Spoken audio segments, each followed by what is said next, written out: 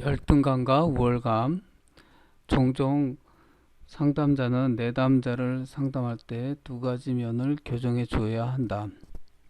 즉, 내담자의 너무 큰 요구는 끌어내려야 하지만 자신감은 키워주어야 한다. 이 과정에서 두 가지 요구가 분리될 수 없다. 자신감을 가지고 있는 사람에게는 그가 다른 사람보다 더 나으며 더 가치가 있다고 설득할 필요가 없다. 인간적인 기준을 잘 아는 사람은 열등감을 전혀 느끼지 않는다.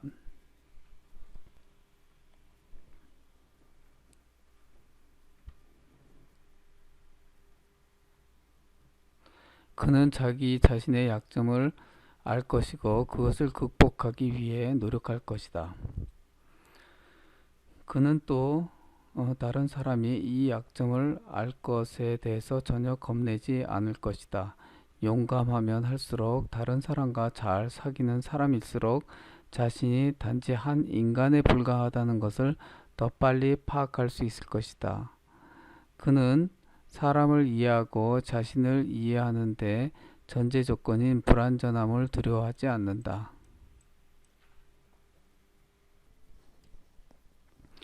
과거는 우리가 극복하려 하는 것, 즉 열등하며 불완전 상태를 보여주는 반면 미래는 목적을 향한 우리의 노력과 분리될 수 없다. 그러므로 우리가 열등감과 관련해 많든 적든 숨겨진 우월감을 발견하게 되는 것은 놀라운 것이 아니다. 우월성을 향한 노력과 열등감이 상호 보완적인 것은 매우 자연스러운 일이다. 우리가 현재 상태를 어떤 모양으로든지 부족하다고 느끼지 않는다면 성공을 향해 노력하지 않을 것이다.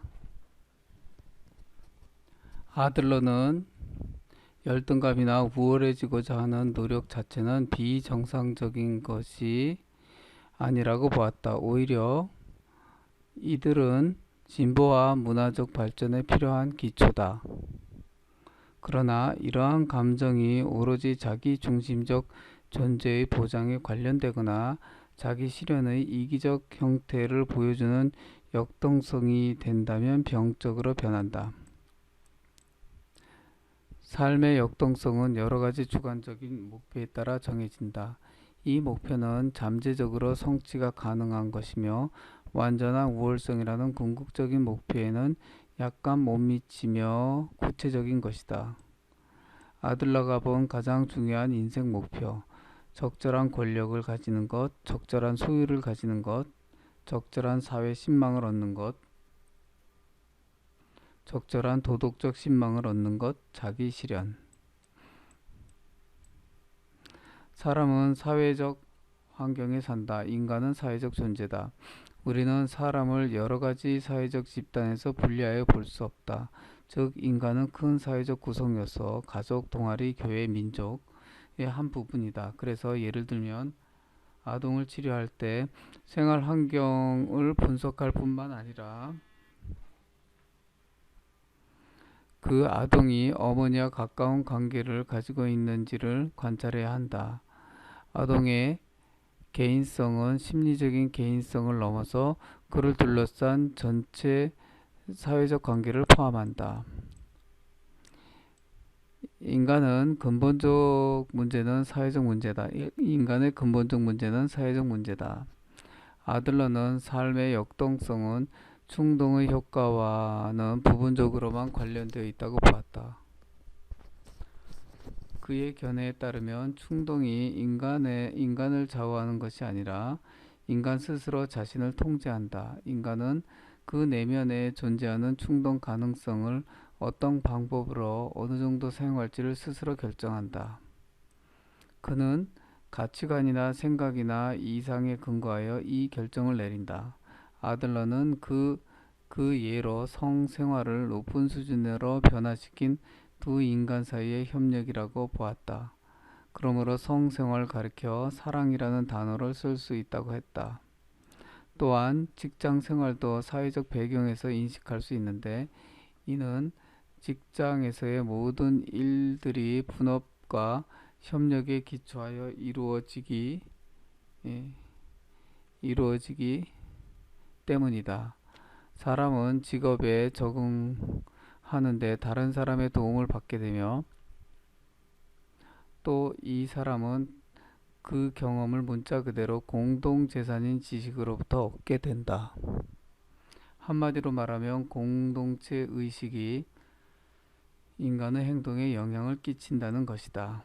활동, 우월해지고자 하는 것과 교제를 가지고자 하는 것 외에 혹은 열등감과 공동체 의식이라고 봐도 된다. 인간 활동의 정도가 개인 심리학의 세 번째 요소다. 아들러는 공동체 의식과 활동 정도를 기초로 성격을 자료 5-29와 같이 네 가지로 분류했다. 자료 5-29의 유형 분류는 인격에 병이 든 사람을 구별하는 기준도 제공한다. 우울증에 걸린 사람은 유형 2에 분류될 수 있으며 활동적이긴 하지만 공동체 의식이 부족한 범죄자, 마약 중독자, 알코올 중독자, 독재자, 남을 학대하는 사람은 유형 1에 속한다. 많은 응석바지들과 삶의 능력이 없는 사람은 유형 2에 속한다. 이들은 병리학적 범주에서 보면 히스테리성 노이로제로 분류할 수 있다. 아들러가 분류한 성격 종류 유형 1. 현실 접근에서 다소 지배하려는 입장을 취하는 사람이다. 지배형. 유형 2. 가장 흔히 볼 수 있는 성격으로 주위 사람들로부터 모든 것을 기대하고 이들을 의지하는 사람이다. 받는형. 유형 3. 문제 해결을 피함으로써 자기 안정을 추구하는 사람으로 실패가 두려워 문제를 피해가는 사람이다. 기피형. 유형 4. 사회에 유익한 유형으로 이들은 다른 사람에게 유익이 되는 문제의 해결을 위한 노력한다. 문제의 해결을 위해 노력한다.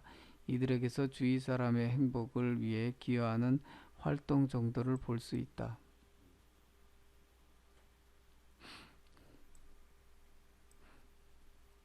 삶의 양식 1920년대 후반 아들러는 그가 그때까지 인격적인 특성을 규정하기 위해 사용해왔던 나, 인격, 기분, 성격이라는 단어 이외에 삶의 양식이라는 개념을 도입했다. 인간 중심에 있는 자기 처방과 비교해보라.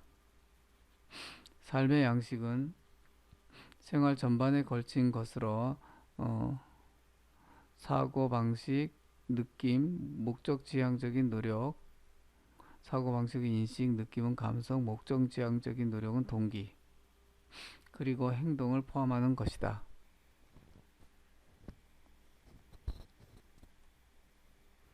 아들러는 삶의 양식 중에서도 인지적 요소, 즉 사고, 생각, 견해, 인간의 계획들의 중요성을 강조했다. 삶의 양식과 함께 행동 이론적인 개념도 나타나게 되는데 이는 행동 이론이 행동을 결정하고 행동을 유도하는 원인이라고 생각하기 때문에 나타났다.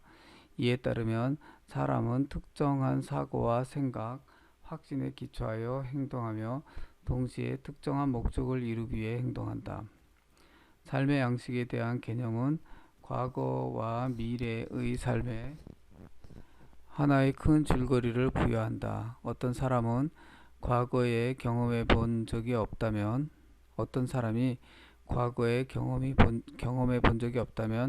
현재 하는 행동을 통해 앞으로 생길 일에 대해 전혀 예측할 수 없다. 그러므로 사람이 행하고자 계획하여 설정한 중단기적 목표는 자신이 삶의 초반에서 쌓아둔 경험에서 비롯된다는 것이다. 이러한 이유에서 개인 심리학은 심층 심리학으로 분류된다. 아들러는 기억은 선택적인 경향이 있다고 본다. 그는 인간의 기억은 개인적인 삶의 양식과 관련하여 아주 중요한 내용만을 기억하려는 경향이 있다고 보았다. 우리는 실제 삶에서 매우 다른 생각을 가지고 있지만 사회적인 시스템에 잘 적응하는 사람들을 종종 만난다. 이러한 이유에서 아들러와 그의 후계자들은 사람이 의식하지 못하지만 존재하는 개인적 논리 혹은 개인적인 삶의 양식에 대해서 자주 언급한다. 우리는 우리가 개인적인 논리에 따라 행동한다고 말할 수 없다. 만약에 우리가 그렇게 했다면 우리는 우리의 행동에 대해 모든 책임을 져야 할 것이며 좋은 의도로 했다고 말할 수 없다. 아무도 체면을 잃는 것을 원치 않는다. 그러므로 우리는 우리의 진정한 모습을 숨겨야 하고 우리의 생각이 원하는 것과 정말 의도하는 것 사이에 이분법을 유지하기 위해서 여러 가지 방법들을 개발했다. 인간의 개인적인 삶의 양식은 근본적인 것과 부수적인 것으로 나뉘고 개인 심리학적인 진단법의 주요 과제 중에 하나는 이 시스템을 구별하고 묘사하는 것이다. 삶의 양식에서 초보 관련 체계와 상위 관련 체계. 초보 관련 체계는 한 개인의 실제적인 견해, 개인 논리를 반영한다. 매우 제한된 조건 아래서 어린 시절에 형성된 주관적 초보 견해, 관점 및 선입관은 개인 논리의 원칙을 보여준다. 이들의 특징은 극단적이며 절대적으로 판단하는 경향을 지닌다. 성인은 대체적으로 초보 관련 체계의 내용을 말하는 것이 불가능하다. 이를 위해서 특별한 삶의 양식 분석법이 요구된다. 상위 관련 체계는 일반적이며 상식의 원리를 포함한다. 이런 종류의 논리는 양육 과정에서 아동에게 그들의 사회성 협력자를 통해서 전달되고 초보 관련 체계보다 훨씬 더 발전된 사고 활동을 가능케 한다. 상위 관련 체계는 인간이 대화를 통해 교환할 수 있는 내용을 포함한다. 그러므로 이 체계는 근본적으로 의식적인 반응에 대해 열려 있으며 이해하기 쉽다. 이에 반해 이미 서술하였듯이 초보적인 인지 과정은 직접적인 의식화가 불가능하고 간접적으로만 알 수 있으며 상위 관련 체계의 언어로 다시 표현될 수 있다. 개인 심리학에 따른 심리치료의 실제.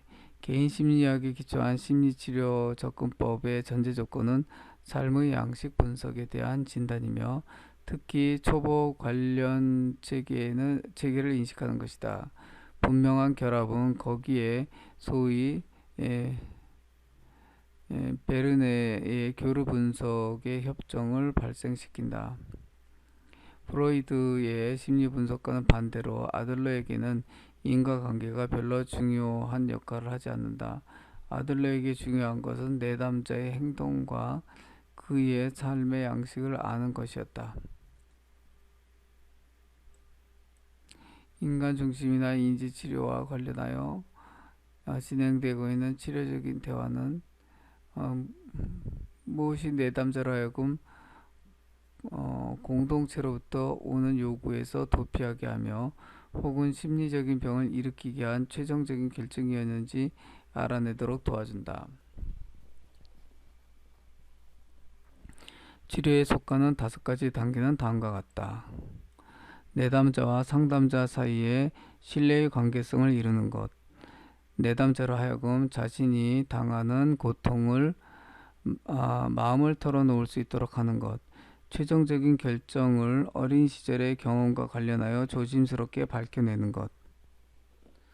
삶의 양식을 바꾸도록 내담자를 고무하는 새로운 관점을 내담자와 함께 개발함. 내담자와 함께 상황 체크를 하는 것도 포함. 5. 내담자가 다른 사람들과 좋은 관계성을 회복함으로써 자립심을 키우고 상담자로부터 자립적이 되는 것. 삶의 양식을 분석하기 위해서는 긴장감이 적은 치료적 분위기와 인간적인 분위기를 필요로 하는데 이는 상담자의 유머를 통해 생기기도 한다. 개인 심리학에서는 특별한 무대 장치가 필요한 것은 아니다. 가족 구성의 파악과 첫 기억을 이끌어내는 것은 삶의 양식 분석을 위해서 중요한 전제 조건이다. 기억을 끌어내기 위해서는 특별한 방법이 있는데 예를 들면 어린 시절의 공상, 백일몽, 좋아하는 이야기를 파악하는 것이다. 삶의 양식을 알아내기 위한 대화 주제, 원칙적인 주제, 나는 누구인가? 나는 이 세상에서 무엇을 하고 있는가? 내 주위의 사람은 누구인가? 특별한 주제, 첫 기억, 옛날 일, 상상, 어린 시절의 경험, 가족 구성, 부모의 기대와 걱정, 교육 양식, 조언, 저주의 말, 예, 착한 아이가 되어라. 회피 질문, 당신이 지금 완전히 건강하다면 무엇을 할 것 같습니까? 병력을 조사한 다음에는 회피 질문을 하게 되는데, 이때 제가 당신을 조만간 치료한다면 당신은 무엇으로부터 시작하시겠습니까? 라든가 당신이 지금 완전히 건강하다면 무엇을 하시겠습니까? 라고 묻는 것이 좋다. 이에 대한 그의 대답은 증상의 목적에 대한 첫 번째 정보를 제공한다. 개인 심리학에서 형제의 구성에 대해 노이로제 예방을 위한 연구에서 아들러는 이러한 가족의 자녀들은 인간관계에 장애가 있음을 발견했다.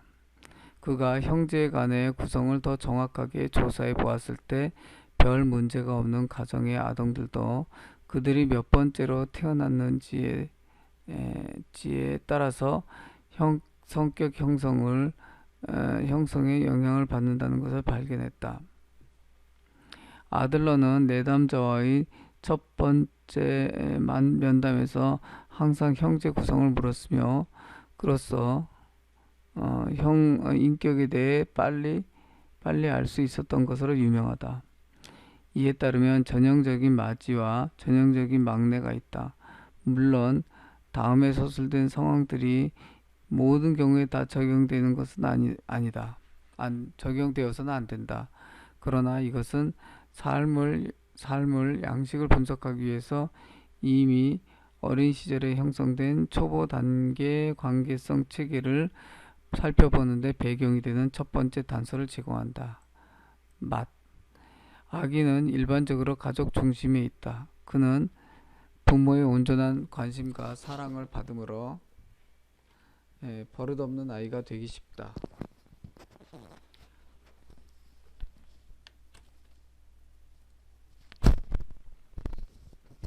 어머니는 조그마한 소리에도 밤에 놀라서 깨며 아기 방에 가서 살펴보아야 할지를 생각한다.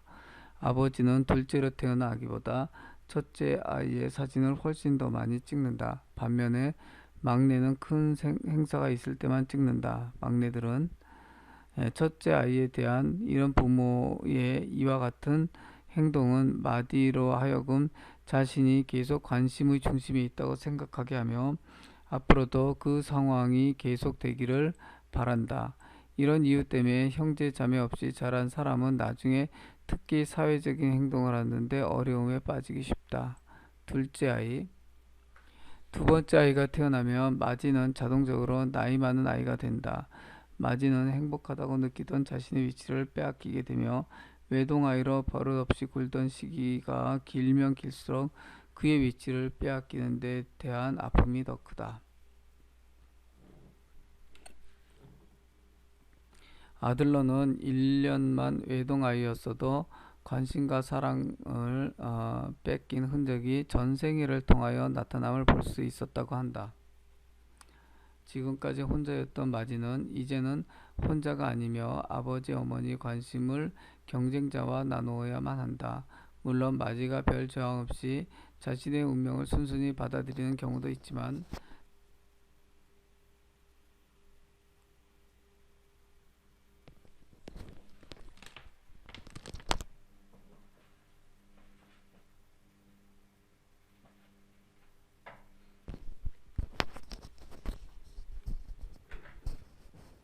다시 오줌을 싸기 시작하고 반항적이 되고 어머니 말을 듣지 않는다. 아들러는 또한 아주 다루기 힘든 아동의 경우 이러한 어려움이 자신의 위치를 빼앗긴 후에 나타나게 되었다는 사실을 발견하였다고 했다. 자신의 위치를 빼앗긴 아동은 흔히 자기에게 관심을 가져줄 사람을 주위에서 찾게 된다. 할머니나 숙모, 새에 들어 사는 사람, 비상시에는 아버지도 해당된다. 이 집에 있으면 대체 관계를 이루고자 시도한다. 이러한 노력은 특히 할머니에게서 성공한다. 그러나 이런 대체 관계가 항상 아동에게 유익한 것은 아닌데 이는 할머니가 너무 응석을 받아주는 경향이 있기 때문이다. 이때 마디로 하여금 작고 힘없는 아기가 어떻게 너처럼 큰 아기가 될 수 있는지 함께 경험해 보고자 하거나 어머니가 둘째를 돌볼 때 마디에게 도움을 요청하는 방법을 취하면 상황이 좀 더 쉬워질 것이다. 이는 마디에게 후계자가 아직 힘이 없이 침대에 누워 있을 뿐이고 전혀 경쟁자로 느껴지지 않기 때문에 더욱 그렇다. 부모는 이런 행동을 취함으로써 마지가 철저히 거부당하는 느낌을 느끼지 않는 과도기적 환경을 조성할 수 있다. 그럼에도 위치를 빼앗긴다는 것은 일반적으로 지금까지 그래왔던 것처럼 모든 것이 지속되면 좋을 텐데라고 생각하는 보수주의적 성격 경향을 야기한다. 전형적인 둘째 아이는 알아보기가 쉽다. 그는 달리기에 참가하는 선수와 같다. 그는 항상 출발 준비가 되어 있고 끊임없이 마디를 따라잡고자 노력한다. 둘째는 마디보다 더 재주가 많고 성공적인 경우가 종종 있다.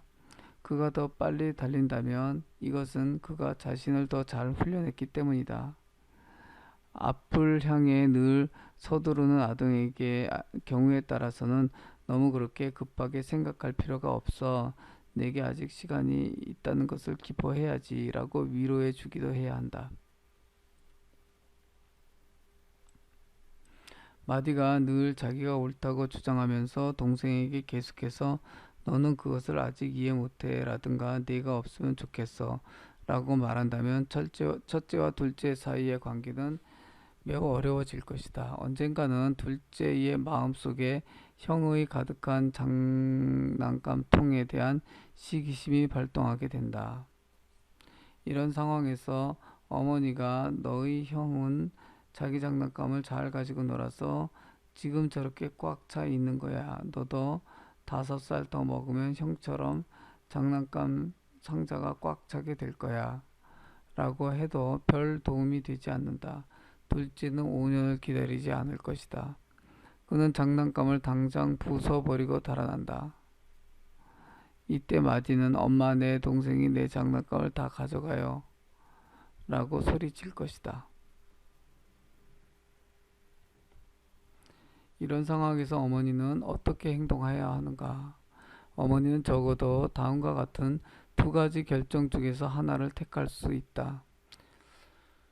얘야, 너는 장난감을 이렇게 많이 가지고 있고 네 동생은 조금밖에 없잖아. 그리고 너는 그 공을 더 이상 가지고 놀지도 않지 않니? 사회적 이해를 환기시킨다. 혹은 아니 이 녀석 그 공과 책은 형의 것이야. 네가 가져도 안 돼. 형의 소유권을 인정하도록 환기시킨다. 두 아동은 당연히 어머니의 판정을 기대한다. 그들에게는 옳고 그름이 중요한 것이 아니라 어머니가 둘 중 누구를 더 사랑하는가를 시험해 보는 것이 중요하다. 어머니는 약자의 편을 들어주고자 하는 경향이 있으므로 마디가 어머니의 도움을 요청했다 하더라도 둘째의 편을 들 것이다. 이러한 상황에서 마디는 자신의 소유를 잃어버릴지 걱정하는 것을 배운다. 그는 자신에게 유리한 판정이 나도 아무것도 얻을 것이 없으며 불리한 판정이 날 경우에는 자신의 소유를 빼앗기게 된다.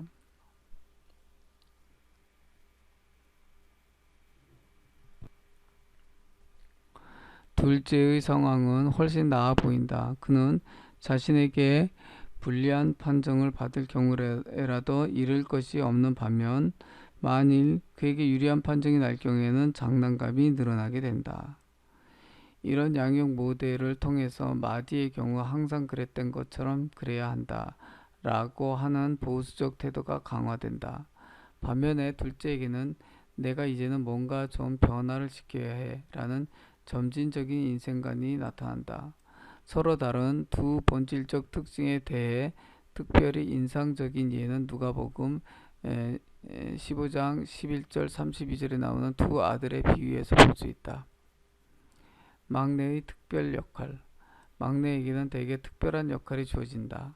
그리고 이것이 특히 아동이 늦둥이로 태어났을 때 두드러지게 나타난다. 다른 형제들은 이제 자신들의 자리를 빼앗기지 않으리라는 것을 안다. 형제들이 하루 중 대부분의 시간을 밖에서 보내는 반면 막내는 긴 시간을 어머니와 단둘이서만 보낸다. 따라서 막내는 종종 응석바디로 길러진다. 어머니는 대개 자녀가 하나였을 때를 생각하며 아이가 항상 어머니를 필요로 했던 그때와 같기를 원한다. 늘 요구만 하고 스스로 아무것도 하지 않는 버릇없는 응석바지는 이러한 양육 태도의 산물이다. 따라서 막내는 매우 늦게 자립적이 된다. 부모는 너무 많이 도와주게 되고 언제 어디서나 할 수 있는 한 그들의 막내의 짐을 덜어주고자 한다. 종종 막내를 도와주기 위해 손위 형제까지 나서는 경우가 생긴다. 이런 막내들은 별로 한 일이 없음에도 자신이 특별히 사랑스럽고 유일무이한 존재이며 용모도 준수하고 잘 양육되었다고 믿는다. 형제 간에서 형, 언니와 동생의 전형적인 인격 구조. 예.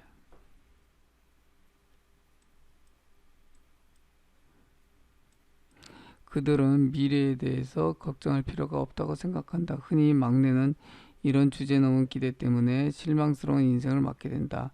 후에 어떤 상황을 통해 현실 파악을 하게 되는 경우가 있다. 늦둥이의 예로 아주 적절한 성경 인물은 야곱의 12아들 중 막내 요셉이다. 그에 관해 창세기 37장 3절은 요셉은 노년에 얻은 아들이므로 이스라엘이 여러 아들보다 그를 깊이 사랑하여 그를 위하여 채색 옷을 지었더니 라고 기록하고 있다. 요셉 밑으로 베냐민이라는 남성생이 있긴 하지만 그는 요셉보다 아주 늦게 태어나서 요셉은 17년 동안 막내로 지냈다. 그는 꿈꾸는 사람이었으며 아버지의 관심과 사랑을 끄는 그러한 꿈 해몽을 함으로써 현실적인 성향을 가진 형들로부터 인정을 받지 못했다. 그가 미디안 상인들에게 팔렸을 때는 더 이상 응석바지의 늦둥이로 머물러 있을 수가 없었다. 희한한 인생 여정을 통해 요셉은 애굽의 영향력 있는 정치 지도자가 되었다. 그는 후에 자신의 형들보다 훨씬 앞서갈 수 있었다. 형들이 위험에 처했을 때 그는 형들을 도와주고 그들이 자신에게 했던 모든 잘못을 용서했다. 삶의 양식의 변화를 위해 삶의 양식에 대한 분석이 충분히 이루어졌을 때 필요하다면 변화를 시도해 볼 수 있다. 치료에서 내담자의 내면에 있는 이 작은 아이를 있는 그대로 인정해 주는 것이 중요하다. 이는 무엇 때문에 지금까지 방해를 받았는지에 대해서 근본적으로 질문해 보는 것이다. 질문해 보는 것을 의미한다. 그러할 때 이 작은 아이가 삶에서 오히려 유익한 방향으로 기여하게 되도록 앞으로의 삶을 계획할 수 있을 것이다. 이렇게 되기 위해서는 불완전함을 인정하는 용기가 필요하다. 또 이는 스스로를 인정하게 할 수 있게 하기 위해서 중요한 전제 조건이다. 치료적인 대화를 위해서는 대화의 상대가 계속하여 자기를 돌아볼 수 있도록 해주는 소위 소크라테스식 대화가 매우 효과적이다. 원하는 목표를 이루기 위해서 실제로 제5장 4 서로 대화하기에서 언급한 인간 중심 상담의 방법을 적용해 볼 수 있다.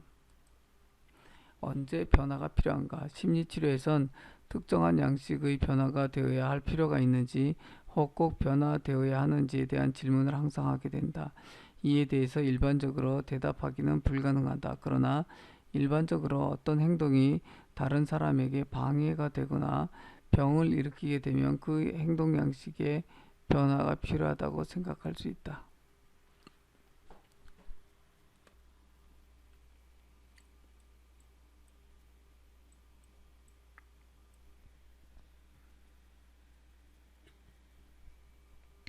다음은 이러한 진단을 위해 도움이 되는 질문들이다. 나는 왜 나를 변화시키고자 하는가? 변화에 대한 소원이 타인과 비교함으로써 생겼는가?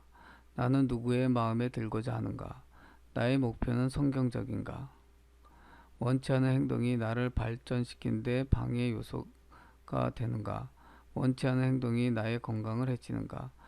나의 행동이 나의 주변 사람에게 방해가 되는가?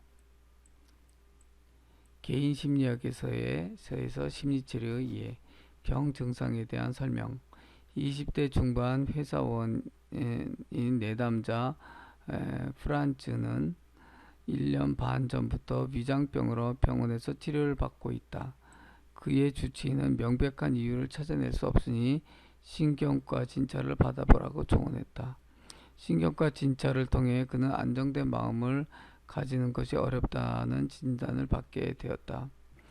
내담자는 쉽게 흥분하고 신경질적이 된다. 그는 지속적으로 사기가 저하되어 있으며 흥분하면 두통과 불면증에 시달린다. 또한 그는 외로우며 소외받고 있다고 느낀다.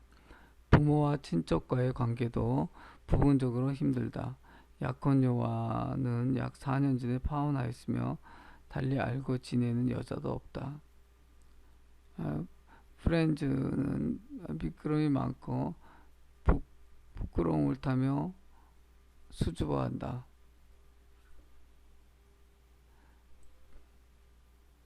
그는 지금까지의 경험 때문에 다른 사람과 좋은 관계를 맺을 수 있을 것이라는 확신이 없다.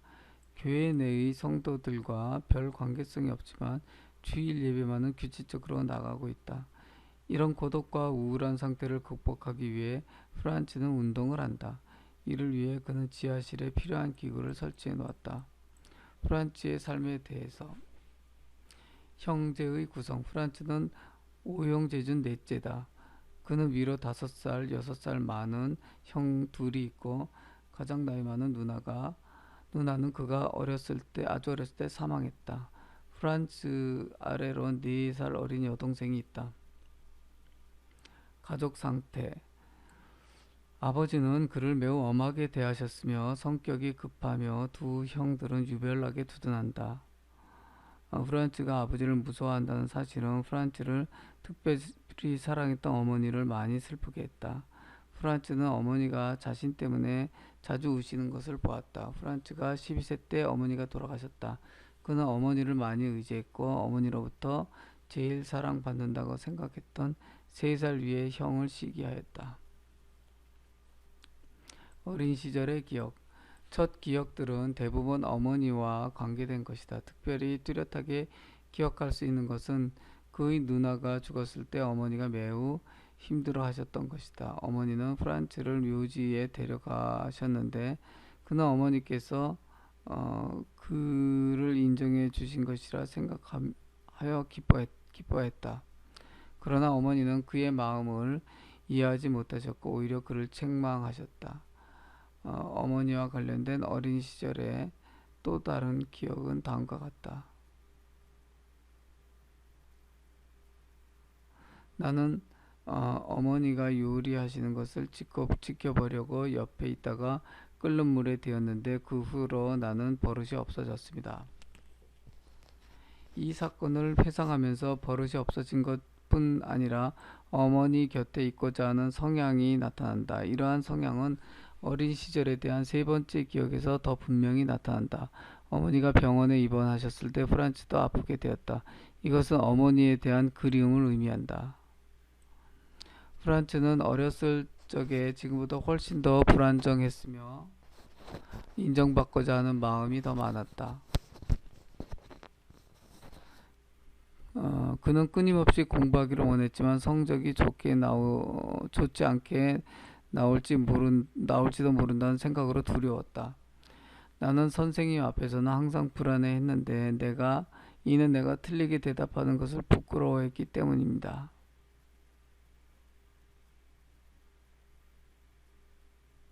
공부를 열심히 하는 학생들이 아침 식사를 거르듯이 프란츠도 그를 걱정하는 가족들을 보면서 성취감을 느끼기 위해 자주 아침을 걸렀다.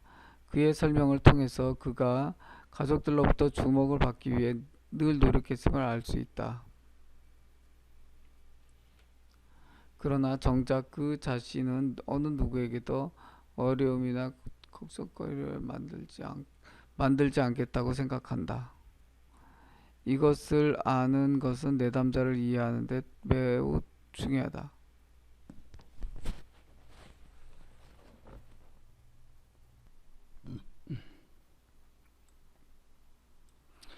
이미 5세 때 프란츠는 인생의 무의미에 대해서 이야기했고, 이 나이에 부모의 구중을 들었다는 이유로 처음으로 자살을 생각했다. 죽고 싶다는 마음은 나중에도 계속해서 들었다. 프란츠가 12세 때 어머니께서 돌아가셨다. 어머니는 돌아가시면서 다른 자녀들보다 그가 더 걱정된다고 말함으로써 그에 대한 특별한 사랑을 보여주었다. 이 때문에 어머니의 죽음은 그를 더욱 마음 아프게 했다. 어머니는 또 임종 시 프란츠가 항상 어머니를 생각하고 무슨 일을 하든지 어머니가 어떻게 말할지 스스로 물어보라고 부탁했다. 이 유언을 통해 어머니와의 긴밀한 관계가 죽음을 넘어서까지 유지되었다. 개인 심리학적인 설명. 프란츠가 말한 어린 시절에 대한 기억을 통해 첫째, 그에게 어머니와의 관계가 매우 중요했음을 알 수 있고, 둘째, 그가 늘 앞서고자 갈망했음을 알 수 있다. 프란츠는 어려서부터 완벽해지고자 너무 높은 목표를 잡았는데 이것은 현실적이지 못했다. 자기가 틀린 대답을 한 것을 인정할 수 없는 아동은 완벽해지고자 하는 기준 때문에 늘 실망하게 된다. 프란츠는 역시 어린 시절부터 늘 실망했다. 그러나 그를 이해하지 못했던 다른 형제들은 왜 그가 실망스러워하는지 이유를 알 수 없었다. 프란츠는 어머니가 분명히 그의 편을 들었음에도 불구하고 3살 위의 형 때문에 어머니가 자신을 냉대한다고 생각했다. 또한 3살 위인 형에 대해서는 형이 나이가 많고 더 잘하기 때문에 경쟁심을 느끼고 적대시했을 뿐 아니라 후에 여동생이 태어났을 때도 어머니로부터 냉대를 받을까봐 두려워했다. 개인 심리학적 배경에서 볼 때 프란츠는 어려서 누렸던 배려에도 불구하고 스스로에 대한 불만족스러웠던 것으로 보인다. 그의 완벽주의적인 생각에 비춰볼 때 모든 것이 신통치 않았으며 그는 스스로에 대해서 자존감을 가질 수가 없었다. 어머니가 임종시 남긴 말을 통해 볼 때 프란츠는 어머니의 죽음으로 무척 외로움을 느꼈던 것 같다. 아버지는 두 형들 편이었다. 아버지는 프란츠가 무엇을 물으면 왜 그것도 모르느냐는 식으로 퉁명스럽게 대답했다. 어머니의 죽음 이후 들어오게 된 보모들은 가장 어린 동생의 편이었다. 보모들이 여동생이 아직 어리고 엄마 없이 자라야 하는 것을 측은히 여겼기 때문이다. 여동생은 얼마 있지 않아 보모들과 아버지에게 함부로 대했고 프란츠에게도 사납게 굴었다. 그녀는 프란츠의 즐거운 시간을 방해했으며 따라서 자주 싸움이 생겼고 그때마다 보모들은 여동생을 두둔했다. 그는 어머니의 죽음 후 더욱 말수가 적어지고 소극적으로 되었다. 그는 주로 책에 파묻혀 지내며 공부를 많이 했다. 도전적이었던 그의 원래 자세는 더 이상 밖으로 나타나지 않았지만 내면에 숨어 있었고 상담자들은 이 점을 금방 알아챌 수 있었다. 그의 완벽주의적 잣대로 자신뿐만 아니라 다른 사람도 평가했으며 삶의 모든 것이 가치 없어 보였다. 그의 내면 깊숙이 있던 정의감은 주위 사람의 불의함을 빨리 감지하게 했고, 이 때문에 그는 모든 것이 의미 없다고 생각했다.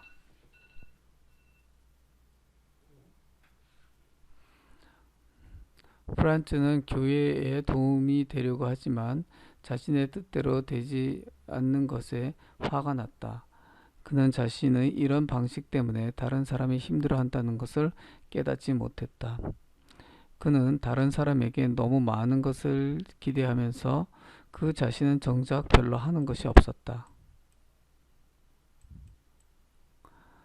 이와 같은 상황에서 약혼녀와 파혼하게 된 것은 어쩌면 당연해 보인다.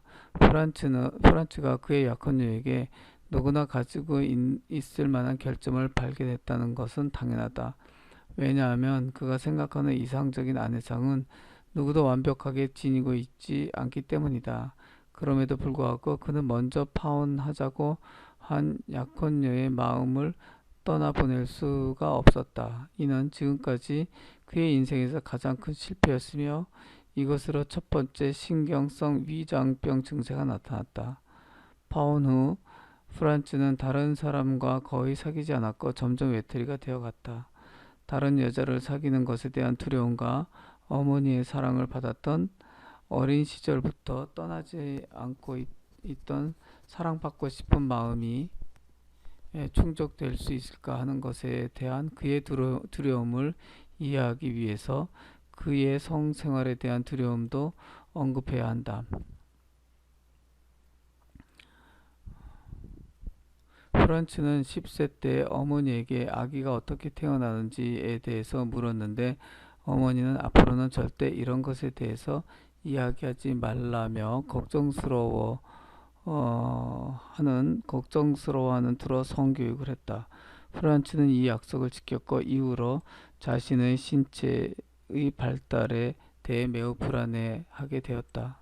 16세 때 그는 교회 고등부에서 한 소녀를 좋아하게 되었다. 그러나 그는 그녀를 항상 먼 발치에서만 바라봤다. 이러한 감정을 가진다는 것은 하나님이 보시기에 죄라고 생각하기 때문에 두려웠다. 그가 나중에 약혼한 여성은 그가 키스한 첫 번째 여자였는데 그는 그것만으로 그녀와 약혼을 해야만 한다는 의무감이 생겼다. 우리는 프란츠가 지금까지 어떤 삶을 살아왔는지 짐작할 수 있다. 그는 사람을 잘 사귈 줄 몰랐으며 자신이 쓸모없다고 느꼈고 패배와 실망을 피해야 한다고 생각했다. 그러나 그는 자신에 대한 지나친 기대를 하고 다른 사람을 판단하기 때문에 스스로 그렇게 만들고 있다는 사실을 몰랐다. 프란츠는 하나님에게서 버림받았다고 느꼈다. 그는 하나님을 전능하고 위협적인 분으로 여겼고 하나님이 벌하기 위해 그의 죄를 적발하고자 하는 분이라고 생각했다. 그는 자신이 사람에 대해 적개심을 가지고 있다는 것을 몰랐다. 그는 도리어 다른 사람들을 적으로 생각했으며 조그마한 과실에 대해서도 매우 강경한 태도를 취했다. 이러한 그의 태도 때문에 그는 교회 안에 가까운 사람들과도 늘 심한 의견 충돌을 빚었다.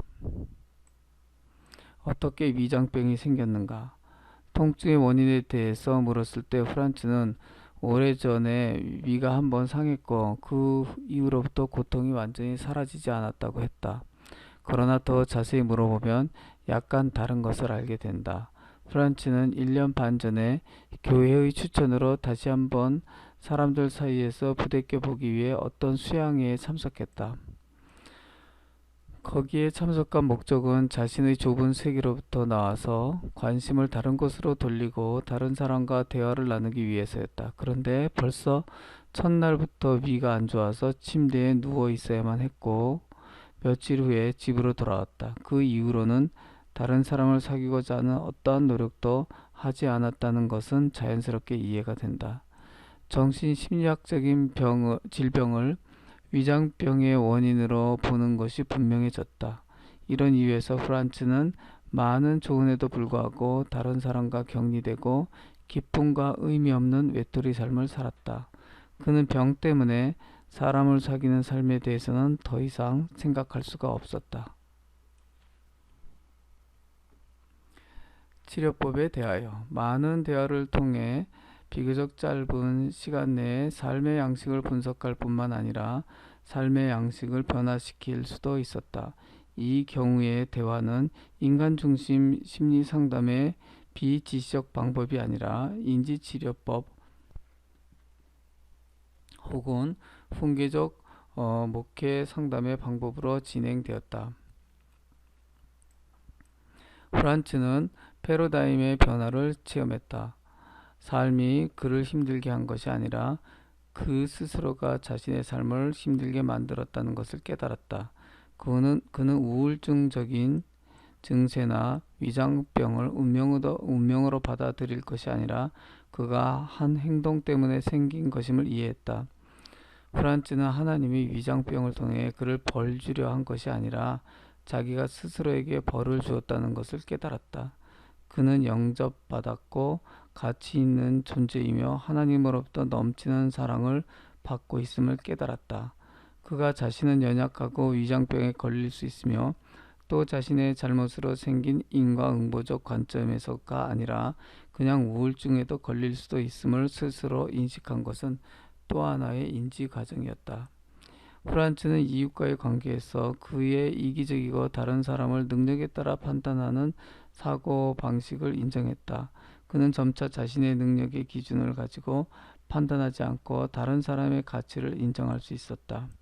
물론 인생 목적을 수정함으로써 생기는 내적 변화가 두 번의 대화로 이루어진 것은 아니었다.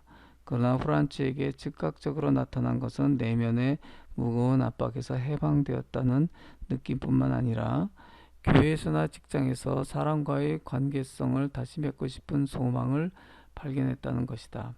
얼마 후 위장병이 조금씩 나아졌고 모든 약을 끊을 수 있었던 것은 당연한 결과다. 그로부터 2년 후에도 큰 일이 생기면 이런 증상이 다시 재발하기도 했지만 이제 프란츠는 이런 상황에서 어떻게 해야 하는지를 알게 되었다. 개인 심리학에 대한 신학적 평가. 이제 이미 5장 1 성경적 치료적 목회 상담에서 언급한 것처럼 한 인간의 과거의 삶을 돌아보고 어두운 것을 빛 가운데로 드러내는 것은 성경적인 방법에 상응한다. 하나님의 명령으로 선지자들은 과거와 현재와 미래에 대해서 언급했다. 예를 들면 선지자는 이스라엘 역사에서 있었던 일들을 상기시켰으며 개인으로 하여금 그가 취한 행동에 대해서 솔직해지도록 도왔다. 하나님의 뜻에 비추어 보아 과거를 돌아보는 것은 한 개인이나 한 민족이 미래를 어떻게 만들어 갈 것인가 돕고자 하는데 그 목적이 있다.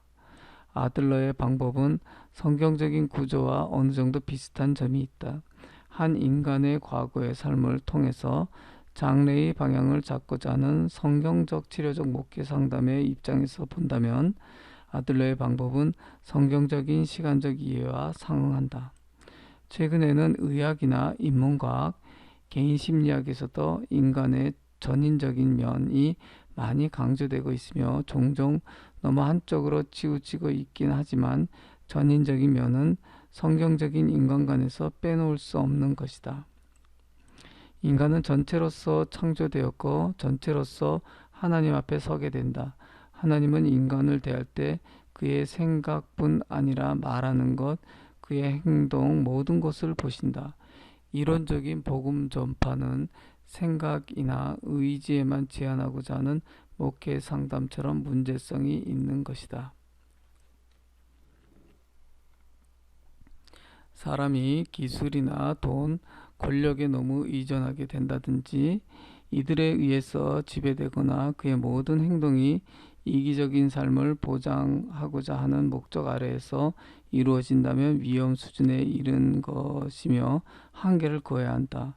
개인 심리학적인 치료 방법은 기독교인으로 하여금 회개와 함께 이루어진 상위 관련 체계에서 패러다임의 변화가 초보 관련 체계에 있는 개인적인 원리와 어떻게 충돌하게 되는지를 알도록 도와줄 수 있다. 예수님과 함께 살며 고난받고 거룩한 삶을 살아가는 것은 한 사람의 초보 관련 체계에 영향을 끼친다. 성경적 관점에서 보면 개인 심리학적 접근법에 대해 비판적인 요소도 있다. 목적을 이루고자 하는 삶을 추구하는 목적이 보이는 것뿐 아니라 보이지 않는 세계도 포함하고 있을 때만 온전히 개발될 수 있다. 즉, 하나님의 가시적이며 비가시적인 세계도 고려해야 한다는 것이다. 예수님을 만나게 될 때 초보 관련 체계에서 새로운 목적을 찾을 수 있게 된다. 죄에 대한 용서를 알며 예수님과 함께 새로운 인생을 시작할 수 있다는 것을 알 때 과거의 잘못을 돌아보는 것은 위로가 될 것이다. 로고테라피. 프랑클은 프로이드와 아들러 이후 제3 비엔나 심리치료학파의 창립자다. 특히 로고테라피의 기원과 발전은 나치 수용소를 경험한 그의 개인적인 삶과 밀접한 관계가 있다. 프랑클과 로고테라피. 프랑클은 1905년 비엔나에서 태어났다. 그는 중고등학교 시절에 벌써 심리 분석에 관심을 가졌으며 프로이드와 활발한 편지 왕래를 했다. 그는 16세에 장래 로고테라피에서 큰 틀이 될 인생의 의미에 대해 발표함으로써 일찍이 독립적인 창의성을 보여주었다. 그의 생각은 인간은 항상 인생의 의미를 찾는 구도자라는 것으로 요약된다. 그러나 인간은 이 구도 과정에서 질문을 받는 자가 아니라 자신에게 답을 주는 자다. 프랑클에 따르면 인생은 질문을 하는 자에게 다가오며 인간은 책임있는 행동으로 이에 대답한다. 그에 따르면 인간이 의도적으로 행하는 모든 것은 어떤 형태로든 이 질문에 대한 대답이다. 프랑클은 인생의 의미를 발표하면서 훗날 치료법에서 두 번째 큰 틀을 제시했다. 그는 인간에게는 초감각이 있다고 생각했다. 초감각이란 신비적인 것을 말하는 것이 아니라 인간의 이해력을 넘어서는 하나의 감각이다. 그는 의학을 공부하였고 박사 과정을 밟기 전에 벌써 비엔나 대학교의 심리치료 병동에서 일했다. 그는 거기서 자신의 새로운 생각을 현장에서 시험해 볼 수 있는 기회를 가졌으며 이를 통해 유명한 역설적 의도를 창안하게 되었다. 역설적 의도에 관한 이해. 두려움을 없애거나 두려움을 무시하는 것이다. 이 치료법은 두려움이 실제 상황과 비교해 너무 크거나 내담자를 강하게 엄습할 때만 적용할 수 있다. 다음의 예는 이 접근법이 실제로 목회 상담에 어떻게 적용될 수 있는 것인가를 보여준다. 22세 여성은 상담 시간에 자신은 예배에서 성만찬을 하기 위해 앞으로 나가기만 하면 얼굴이 붉어진다고 호소했다. 모든 사람이 그녀를 보게 되며 이 때문에 더 이상 교회에 가고 싶지 않다고 말했다. 충분한 대화를 통해 예배의 성경적인 배경과 성만찬에 대해 설명한 후 다음과 같은 역설적 의도를 제시했다. 다음번에는 앞으로 나아갈 때 도마도보다 더 빨갛게 되고자 노력해야 한다. 그녀의 이러한 노력은 성공하지 못했으며 그녀는 더 이상 얼굴이 붉어지지 않았다. 프랭클은 개인심리학 국제학술지에 자신의 연구 결과를 발표했지만 1926년 아들러와 갈라서게 되었다. 프랭클은 노이로제에도 하나의 표현 기능, 예, 무의미에 대한 대답이라고 본 반면 아들러는 모든 노이로제는 목적을 위한 수단이라고 생각했기 때문이다. 프랑클은 1927년에 개인심리학 협회로부터 퇴출당했지만 스타인호프의 자살자들의 집 비엔나의 정신병원과 로thschil드 병원에서 일하면서 그가 세운 많은 가정과 치료 접근법을 검증할 수 있었다. 그는 미국으로 갈 수 있는 비자를 받았음에도 아우슈비츠와 다카우 나치 수용소에 수용될 때까지 로thschil드 병원에서 일했고 비엔나에 있었다. 나치 수용소의 생활은 프랑클의 삶에 영향을 끼쳤다. 때로 그는 깊은 절망 가운데 빠졌지만 그 절망은 로고 테라피의 근본 생각을 더욱 굳히게 했으며 살고자 하는 의욕을 강하게 했다. 프랑클은 비엔나 대학교의 신경정신과 교수였으며 캘리포니아에서 로고 테라피 교수로 활동했다. 그가 쓴 26권의 저서는 18개국 언어로 출판되었고 그의 제자 루카스의 저서와 함께 많은 영향을 끼치고 있다. 특히 신학도에게 많은 관심을 받고 있다. 로고테라피의 기본 개념. 프랑클은 우리 인생의 문제는 프로이드가 말한 성적 욕구 불만이다. 아들러가 말한 열등감에서 생기는 것이 아니라 인생의 무의미함이 그 원인이라고 보았다. 본능은 더 이상 인간에게 무엇을 해야 할지 말해주지 않으며 전통도 그의 의무를 말해주지 않는다. 존재감의 진공 상태는 그 사람에게 점차적으로 많이 퍼지고 있으며 노이로제의 약 20%는 허무감을 통해서 설명할 수 있다. 프랑클에 따르면 이들 특징은 동기가 없다. 로고테라피는 이러한 증상에 대해서 어떻게 대처할 수 있는가? 로고테라피는 현대인을 의미의 위기로부터 구할 수 있는가? 현대인의 망상은 모든 것을 살 수 있다는 막연한 생각이다. 운명을 받아들이는 것을 배우지 않았고 거의 모든 것을 돈으로 해결할 수 있다고 믿는 이들에게 피할 수 없는 고통이 닥친다면 그들은 어떻게 할 것인가? 운명을 받아들여야 하며 돈도 아무 소용도 없다는 것을 그가 깨닫게 된다면 어떻게 할 것인가? 그는 내적 위기를 맞고 자포자기하게 될 것이다. 피할 수 없는 불행을 통해서 생겨난 위기에서 다음과 같은 세 가지 가능한 도움을 생각해 볼 수 있다. 믿음과 하나님에 대한 신뢰, 가까운 사람으로부터 동감과 이해를 얻는 것, 스스로 의미를 찾는 것. 호기용기와 계속되는 인류의 발달은 안정감에 대해서 몇 가지 변화를 가져왔다. 즉, 현대인은 하나님에 대한 신뢰를 잃어버리게 되었고 사람 사이의 유대감은 많이 사라졌다. 그러므로 내적인 고통의 위기를 극복할 수 있는 길은 한 개인이 의미를 찾았는지에 달려있다. 루카스. 로고테라피의 접근법은 인생의 의미는 생각해낼 수 있는 것이 아니고 찾아야 하는 것이다. 혹은 허무감으로부터 의미를 가르쳐 주는 것으로 찾아가는 것이라고 한다. 즉 새로운 가치관을 찾고 그에 대해서 생각하는 것이다. 프랑클은 의미를 찾는 데는 나이나 학력, 성, 지능에 상관이 없으며 종교성이 있는지 없는지와도 상관이 없으며 종교성이 있다면 어느 교파에 속했는지도 별로 중요하지 않다고 주장했다. 그는 저서에서 의미를 찾아가는 방법을 제시하였는데 이는 종교를 가진 사람도 별 어려움이 없다고 본다. 그는 종교와 상관없이 그의 접근법을 제시하고자 함으로써 비교적 일반적인 다음 세 가지 영역을 제시했다. 창조적인 면, 체험적인 면, 가치관. 창조적인 면은 행동, 즉 물질적이거나 비물질적인 자료를 가지고 개인적인 창작을 통해서 이루어진다. 체험적인 면은 예술이나 자연을 수동적으로 받아들임으로써 현실화된다. 마지막으로 가치관은 피할 수 없는 것을 운명으로 받아들일 때만 생긴다. 각 개인이 이 같은 영역을 어떻게 받아들이는가 하는 방식에 따라 엄청난 가능성이 생긴다. 다시 말하면 무엇을 이루었거나 기쁜 상태에서 뿐만 아니라 고통 가운데도 인생은 의미가 있다는 것이다. 이런 사고방식을 인본주의적인 관점에서 본다면 고통에 대한 초감각이 있다고 볼 수 있으며 믿음으로 생긴 초인간적인 차원에서 본다면 사랑에 기초한다고 볼 수 있다.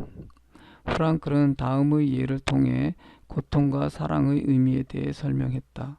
수의사의 치료 때문에 아파하는 개가 자신의 주인을 신뢰하면서 쳐다보는 것을 누구든지 본 적이 있을 것이다. 개는 현재의 아픔이 무슨 의미가 있는지 알 수 없지만 주인이 자신을 사랑하기 때문이라고 믿고 신뢰한다. 프랑클은 초감각에 대한 믿음은 현저하게 심리치료적이며 심리위생학적인 의미가 있다고 보았다. 프랑클은 초감각에 대한 믿음은 사람을 강하게 만들며 이런 이유에서 어떠한 것도 무의미하지 않다고 생각했다. 그러므로 극적인 삶을 산 사람의 인생사도 그 이유가 겉으로는 잘 이해할 수 없을지라도 그 모든 것이 아무 이유 없이 생긴 것은 아니라는 것이다.